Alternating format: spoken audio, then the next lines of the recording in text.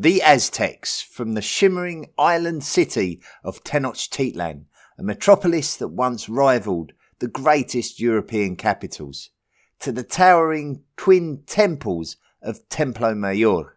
The Aztec Empire was a civilization of warriors, engineers, astronomers and poets, but beyond the gold and glory lies a story of cosmic balance, ritual sacrifice, political intrigue and resilience in the face of conquest. We will delve into the heart of their spiritual world, uncovering the powerful deities like Huitzilopochtli and Tlaloc, and the intricate ceremonies, sometimes involving human sacrifice, that were central to their cosmic world view. We'll also trace their dramatic rise to power, their complex relationships with neighbouring cultures, and the eventual devastating clash with the Spanish conquistadors.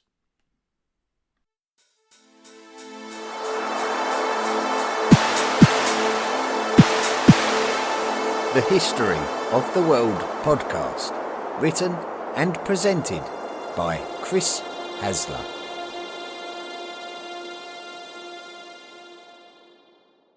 And we're live on match day as Doug reaches for a buffalo wing. He's got it! Oh, and he's gone for a can of Pepsi too! What a finish! There's no doubt about it. It just tastes better. Match days deserve Pepsi. Study and play come together on a Windows 11 PC. And for a limited time, college students get the best of both worlds. Get the Unreal College Deal. Everything you need to study and play with select Windows 11 PCs. Eligible students get a year of Microsoft 365 Premium and a year of Xbox Game Pass Ultimate with a custom color Xbox wireless controller. Learn more at windows.com/student offer. While supplies last. Ends June 30th. Terms at aka.ms/collegepc. Volume 4, The Medieval World. Episode 89, The Aztecs.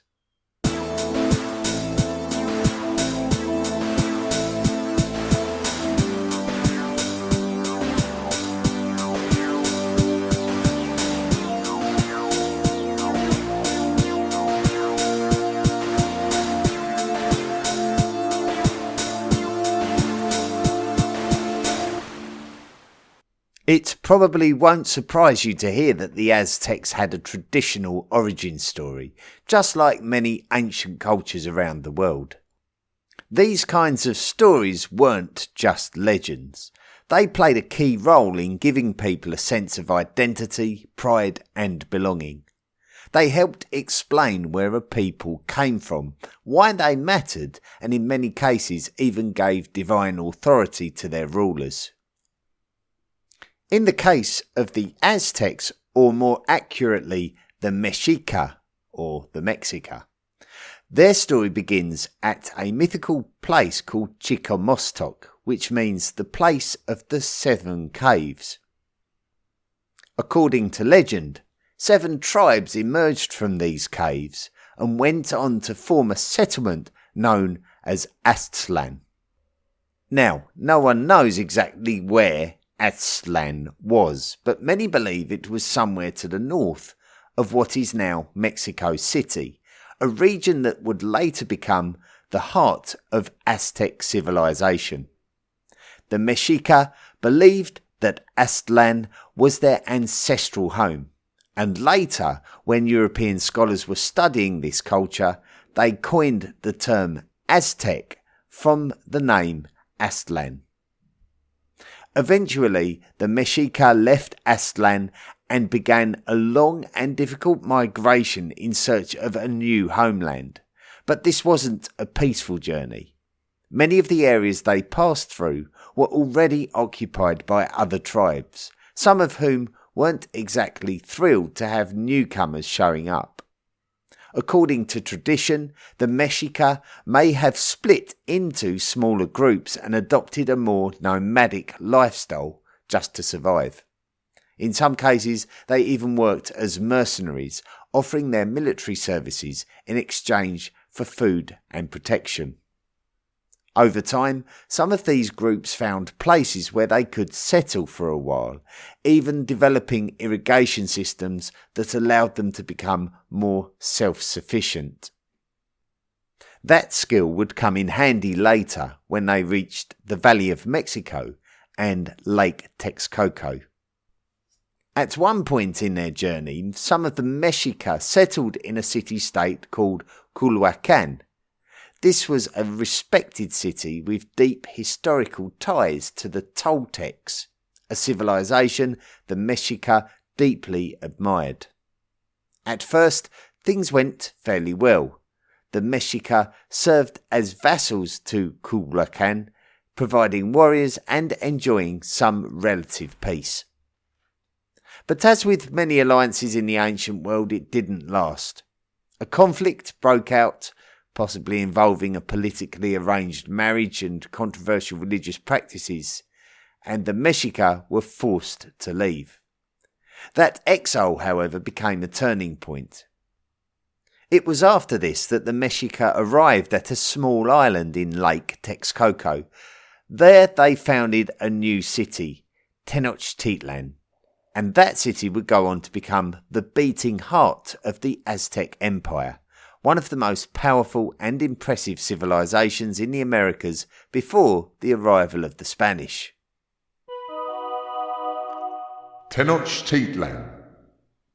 In the year 1325, according to legend, the Aztecs saw something remarkable. An eagle perched on a prickly pear cactus, devouring a snake. To the Mexica people, this wasn't just a striking image. It was a divine sign from their patron god, Huitzilopochtli. That vision told them that they had found the place to build their new home. And so, on that small island in the middle of Lake Texcoco, they founded the city that would become Tenochtitlan. If that image sounds familiar, it's because it lives on today, right at the centre of the modern Mexican flag. Tenochtitlan was an island city set in the shimmering waters of Lake Texcoco, though the lake itself is long gone. After the Spanish conquest, the lake was drained over time for flood control, for farmland and for urban development. But those efforts came at a cost, disrupting ecosystems and reshaping the valley forever. Most of ancient Tenochtitlan now lies between the concrete sprawl of modern Mexico City. Little remains visible of its original grandeur, but at its height the city was a marvel. 3 great causeways connected it to the mainland, and a vast network of canals and aqueducts crisscrossed the island. The Spanish conquistadors compared it to Venice, and not without reason. They were astonished at the city's scale, its order and its beauty, remarkably advanced even by European standards. Like many Mesoamerican cities, Tenochtitlan's layout wasn't just practical, it was spiritual. The structures were aligned with the cardinal directions, reflecting a cosmological worldview that sought harmony between the heavens and the earth. And let's not forget, managing water wasn't just about canals, it was about survival. The Aztecs were master engineers. They didn't just irrigate their crops, they kept their city clean. Waste management was sophisticated, and human waste was even collected and used as fertiliser.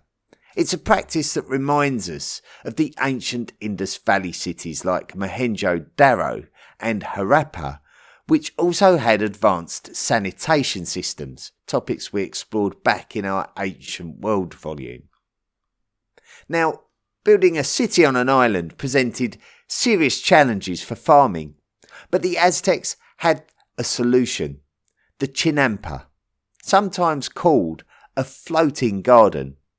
A chinampa was really a man-made islet, woven from reeds, packed with mud and compost, and anchored to the lake bed. These plots were incredibly fertile and allowed for year-round agriculture. It's a bit like the wet rice paddies of East Asia, though uniquely Mesoamerican in design and context. Thanks to these innovations, Tenochtitlan was able to support a massive population, somewhere between 200,000 and 300,000 people. At its peak, it was possibly the largest city in the entire pre-Columbian Americas. But it didn't all come together overnight. In the early days, there wasn't a single ruler and power was still being negotiated. Tradition tells us that the early Mexica may have followed a priest named Tenoch, and some believe the city was named after him, Tenochtitlan meaning place of Tenoch.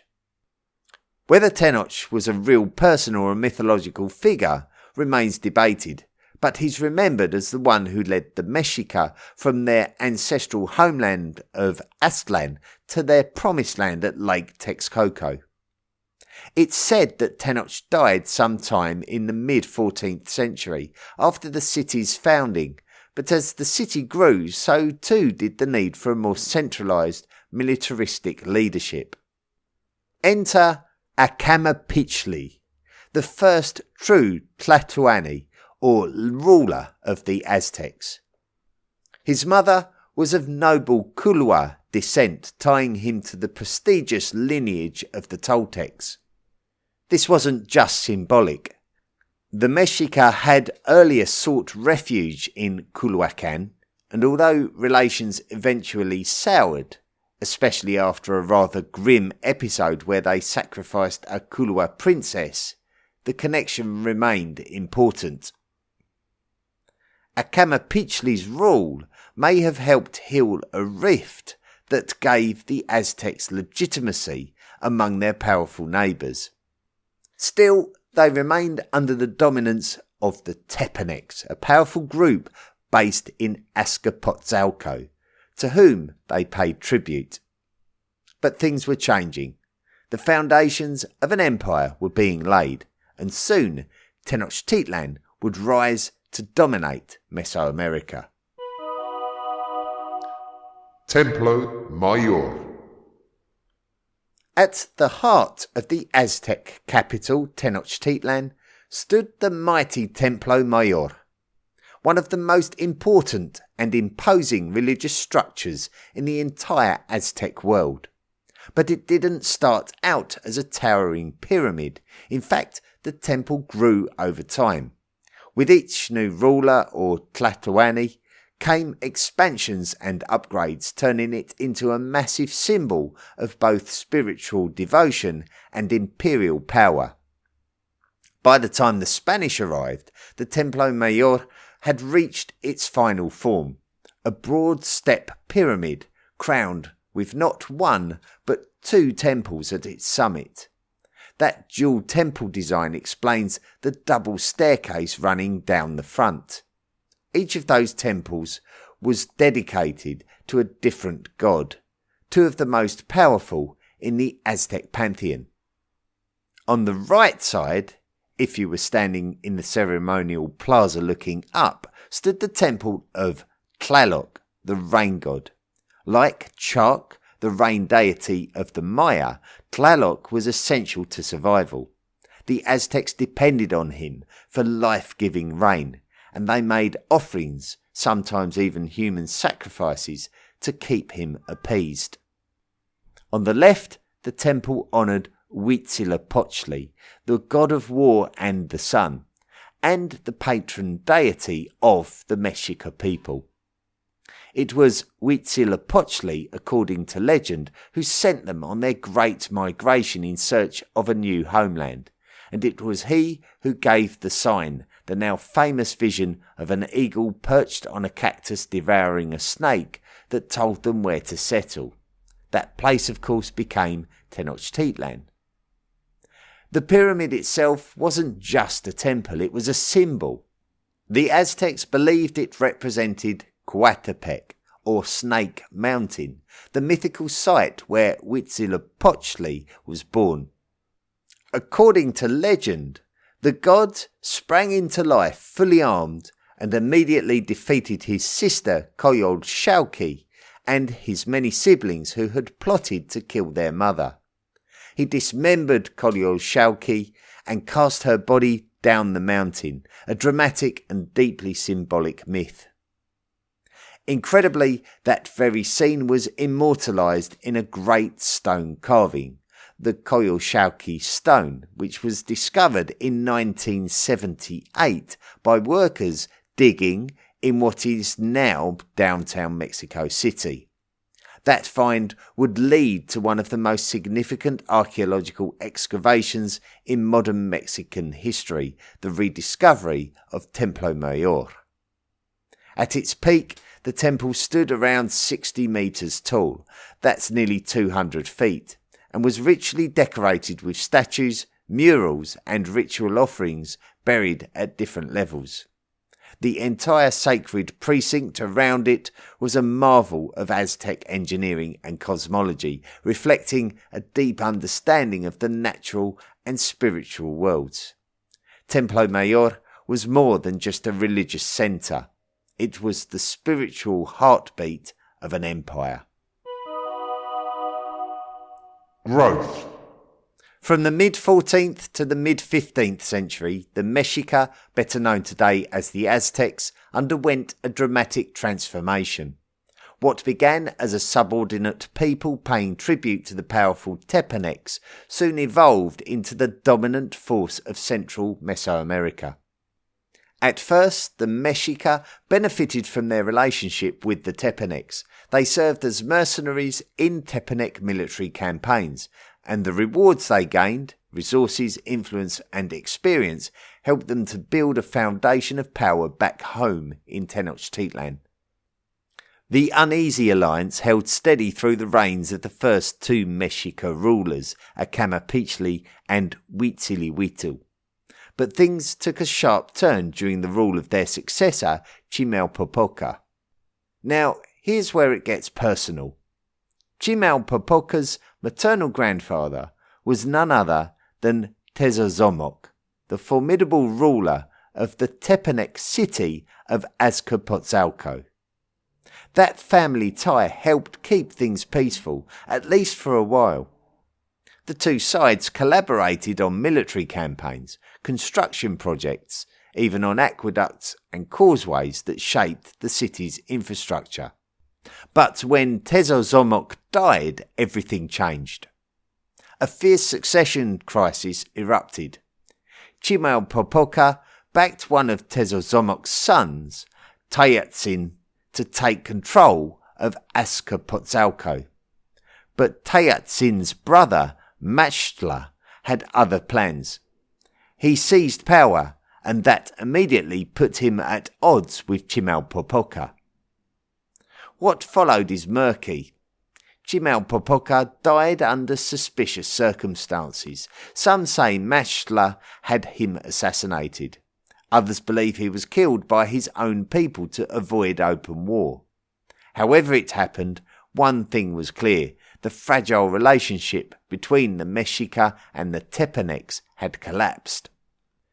Now in control of both Azcapotzalco and nearby Coyoacan, Maxtla posed a growing threat. So the new Mexica ruler, Itzcoatl, sought out allies, and he found a powerful one in Nezahualcóyotl, the rightful heir to Texcoco. Nezahualcóyotl had his own score to settle with the Tepanecs. His father had been killed by them, and his mother was of Mexica royal blood. Together, these two leaders formed a powerful coalition.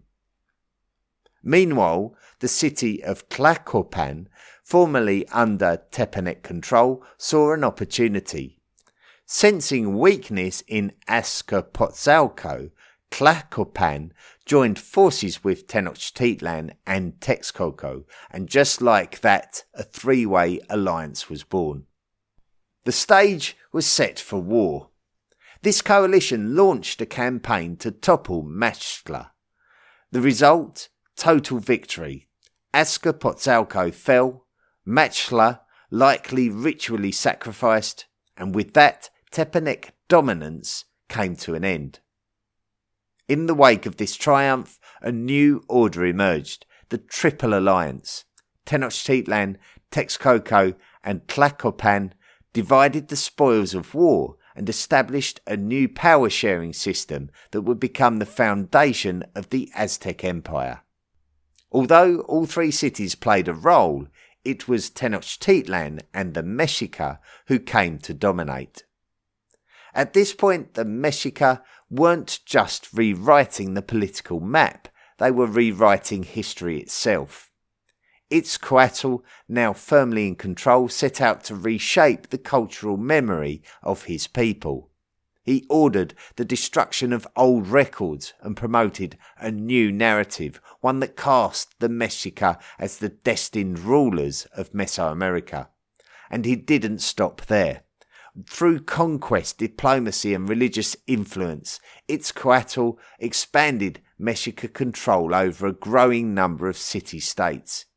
His reign laid the groundwork for an empire centred on the great city of Tenochtitlan, which would eventually become Mexico City. From mercenaries to monarchs, the Mexica had arrived and the world would never be the same. Height of the Empire. When Itzcoatl, the fourth Tlatoani of the Aztecs, died in 1440, the momentum of Aztec expansion didn't slow down. If anything, it intensified. His successor, Moctezuma I, was an ambitious and visionary ruler. He had big plans for the empire's growth, but right out of the gate he faced tough challenges, especially from the powerful people of Chalco.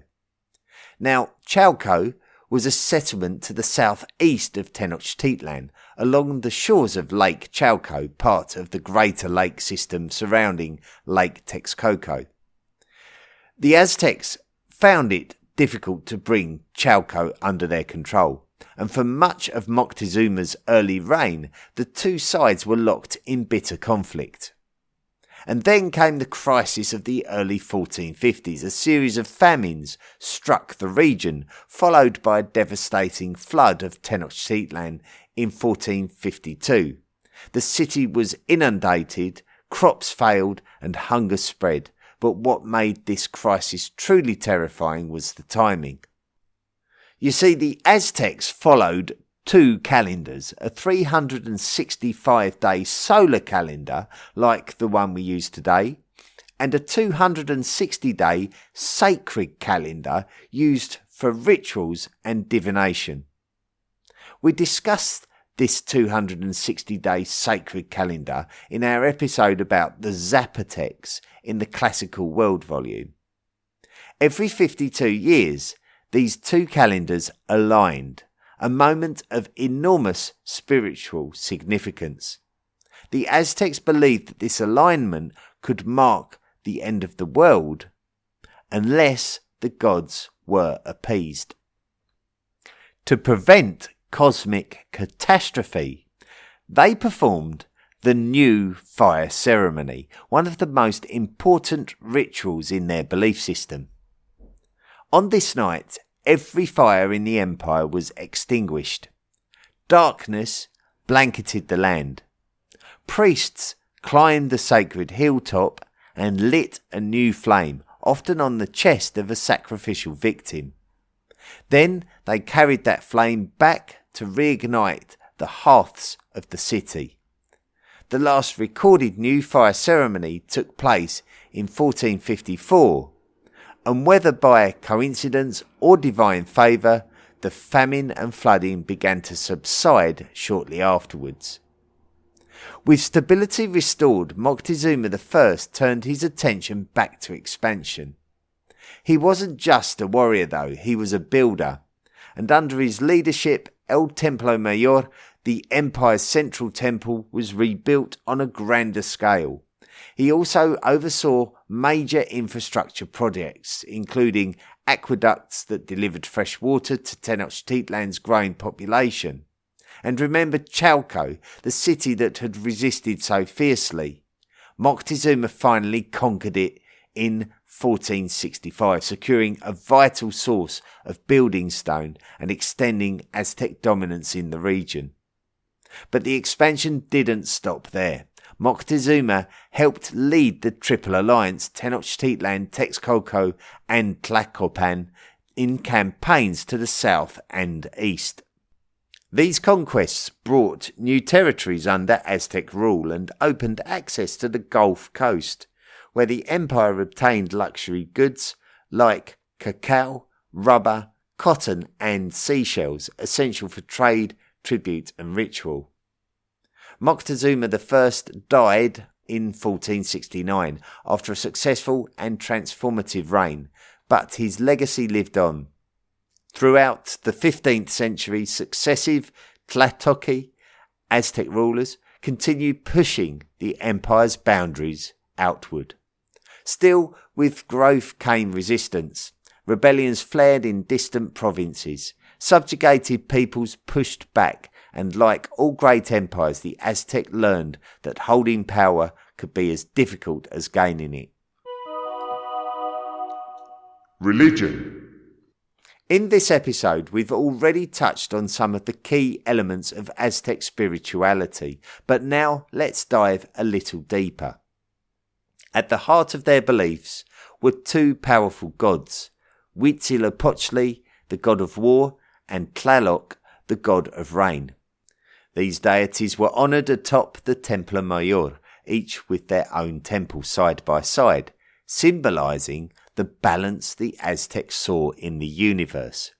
This idea of balance wasn't just symbolic, it was fundamental to how they understood the world.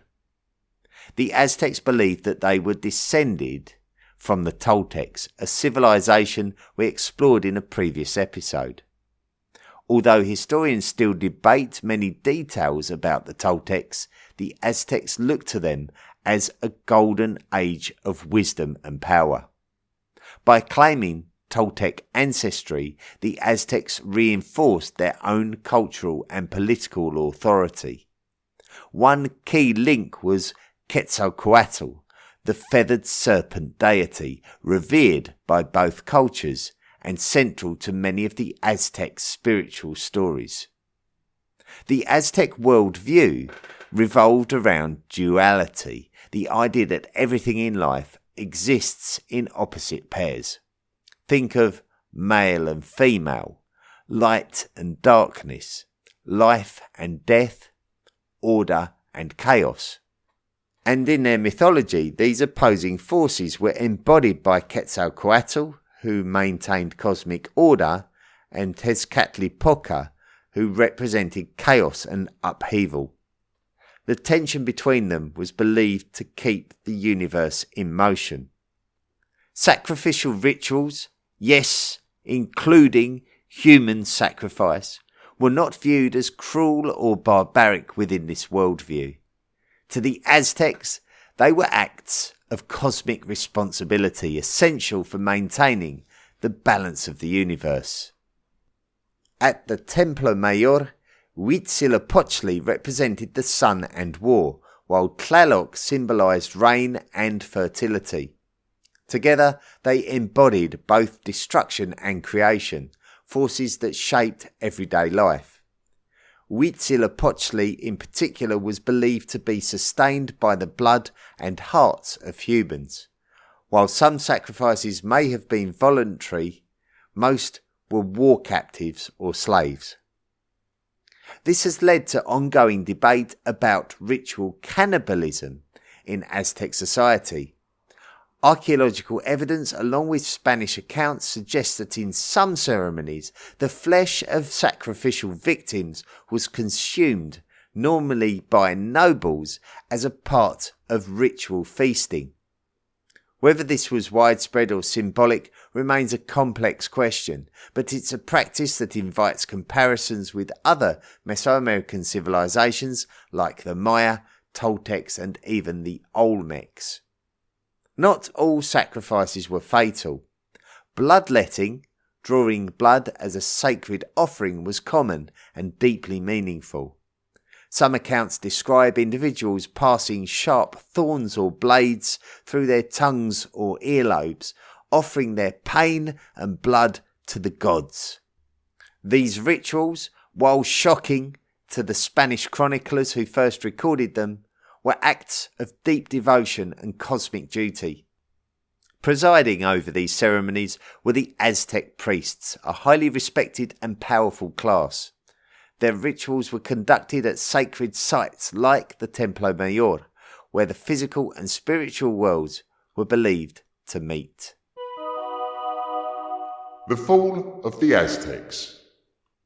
In the early 16th century, during the reign of the Tlatoani Moctezuma II, a comet reportedly appeared in the skies above the Aztec capital, an omen that deeply disturbed the emperor.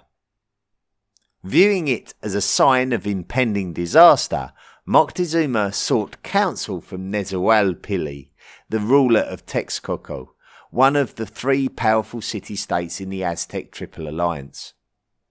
According to some post-conquest accounts, Nezahualpilli warned Moctezuma of a coming foreign invasion.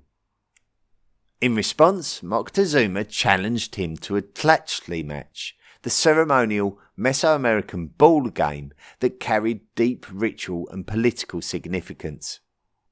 Tlachtli was not just a game. It was a demanding physical contest played with heavy rubber balls on specifically designed courts. Players used their hips, elbows and knees to move the ball through stone hoops. In certain ritual contexts, the game could involve sacrifice, sometimes of the losing team or even the winning captain, depending on the occasion. According to later sources, when Moctezuma lost the match, the defeat was interpreted as confirmation of the ominous prophecy. The comet and other unusual signs would later be seen as harbingers of the Spanish arrival. In 1519, Hernán Cortés landed on the Yucatan Peninsula, which lay to the east of the Aztec heartland in the Valley of Mexico. At the time, the Yucatan was inhabited by various independent Maya polities. Cortés and his men then travelled along the Gulf Coast, eventually arriving in Veracruz, a move that brought them within reach of Aztec territory. By this time, Moctezuma was certainly aware of the foreigners and their increasing proximity. Although Cortés had been ordered by Diego Velázquez, the Spanish governor of Cuba, not to establish settlements, he defied these commands and founded Villarrica de la Veracruz. This was more than a logistical base. It was a declaration of intent. A new Spanish power was emerging, and one that would challenge Aztec sovereignty directly. As Cortés moved inland, he encountered the Tlaxcalans, a fiercely independent group that had long resisted Aztec control. Initially, the Tlaxcalans fought the Spanish, but after a series of hard-fought battles and recognizing a shared enemy in the Aztecs, they formed an alliance with Cortés. This alliance proved decisive. Together, the Spanish and Tlaxcalans marched on Cholula, a city loyal to the Aztec Empire. What followed was a notorious massacre in which thousands of Cholulan residents were killed, likely as a show of force and a warning to others. Eventually, Cortés and his growing army arrived in Tenochtitlan. Moctezuma II, possibly hoping to placate the foreigners or better understand their motives, welcomed them into the city. He offered rich gifts, including gold, which only intensified Spanish ambition. Suspicion and tension quickly escalated. Cortés eventually placed Moctezuma under house arrest, citing supposed attacks on Spanish forces in other parts of Mesoamerica. Whether this was a genuine fear or a strategic pretext, remains debated, but it's clear that Cortés was aiming already for total conquest. Meanwhile, Governor Velázquez, furious over Cortés's insubordination, sent a larger force under Pánfilo de Narváez to arrest him. Leaving a garrison in Tenochtitlan, Cortés confronted Narváez, defeated him, and convinced many of his troops to join the conquest, thereby swelling his own ranks. Back in Tenochtitlan, tensions exploded. While Cortés was away, the Spanish, under Pedro de Alvarado, panicked during the Toxcatl festival, an important Aztec religious event. Fearing an uprising, Alvarado ordered a massacre of unarmed Aztec nobles and priests. The atrocity ignited a city-wide rebellion. When Cortés returned, he found the capital in chaos. Desperate to restore order, he tried to use Moctezuma's authority to calm the people.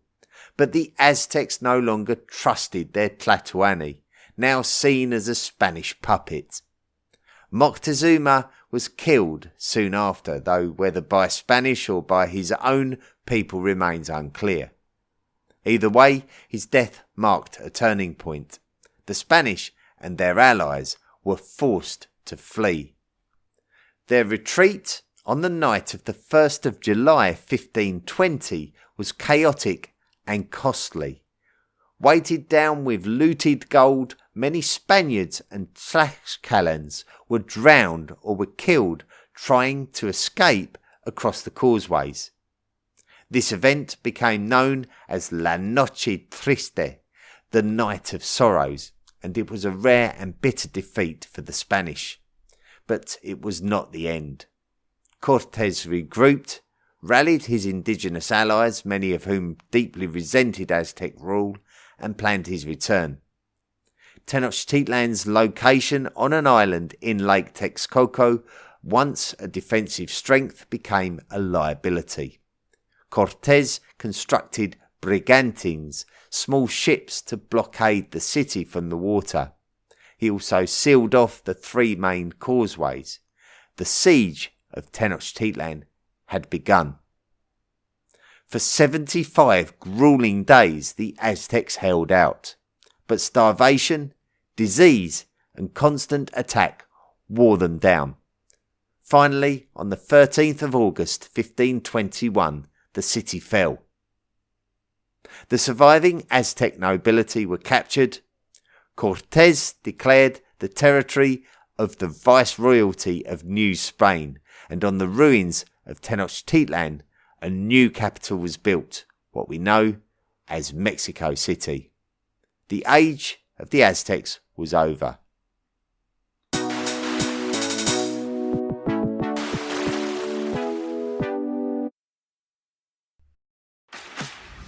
This episode is brought to you by Fox One.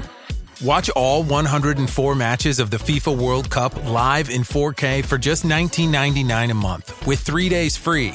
Build your own multi-view, choose up to 3 streams, and follow player spotlights. Stay on top of every moment with live stats, highlights, and instant replays. The FIFA World Cup, streaming live on Fox One. Offers are subject to change. See fox.com for complete terms and conditions. When you need to build up your team to handle the growing chaos at work, use Indeed Sponsored Jobs. It gives your job post the boost it needs to be seen and helps reach people with the right skills, certifications, and more. Spend less time searching and more time actually interviewing candidates who check all your boxes. Listeners of this show will get a $75 sponsored job credit at Indeed.com/podcast. That's Indeed.com/podcast. Terms and conditions apply. Need a hiring hero? This is a job for Indeed Sponsored Jobs. Thank you very much for listening to this week's episode of the History of the World podcast about the Aztecs and the Aztec Empire.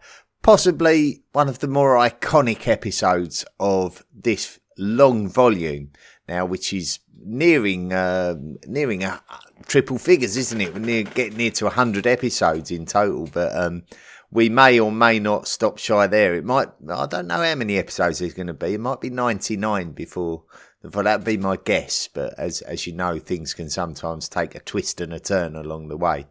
But really, very much thank you for listening to the episode. Now then, as ever, we let you know also that if you do enjoy this podcast and you would like to support the podcast, help me to continue making it, then please visit our website, historyoftheworldpodcast.com. Click on the Patreon link and sign up to make a monthly contribution. When you do that, you'll become a lifelong member of the History of the World podcast Illuminati, and you will qualify for gifts and rewards. Now then, you can follow the podcast on Facebook, X, Instagram, TikTok, YouTube, Tumblr, Threads, and Mastodon. We're all over social media. I'm always very keen to hear from you. So I'd love to get your feedback. I'd love to know what you thought about the Aztecs and this particular episode. Please drop me a line. I really would love to hear from you. It's historyoftheworldpodcast@mail.com.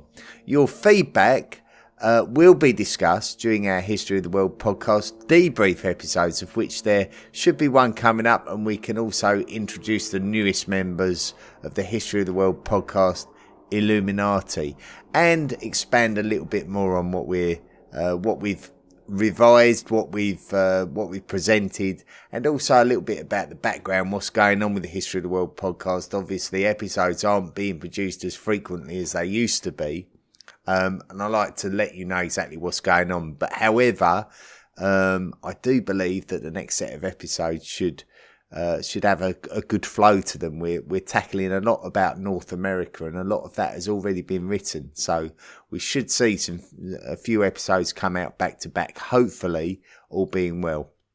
Anyway, thank you so much for your time listening to this episode. I really hope you enjoyed it, and until next time, where we'll be discussing North America, pre-Columbian North America. Until then, don't forget to be good. Have no fear, Chosen Foods is here to defend your favorite foods from the forces of seedy oils and sketchy ingredients. With cooking oils, salad dressings, and mayo, all powered by the good fats from 100% pure avocado oil and simple, delicious ingredients. Chosen Foods. The History of the World podcast, written and presented by Chris Hasler. Please consider making a financial contribution by going to the historyoftheworldpodcast.com website and clicking on the Patreon link. Email the show at historyoftheworldpodcast@mail.com. And don't forget to join our social media at Facebook, Twitter, Instagram, and Tumblr. See you next time.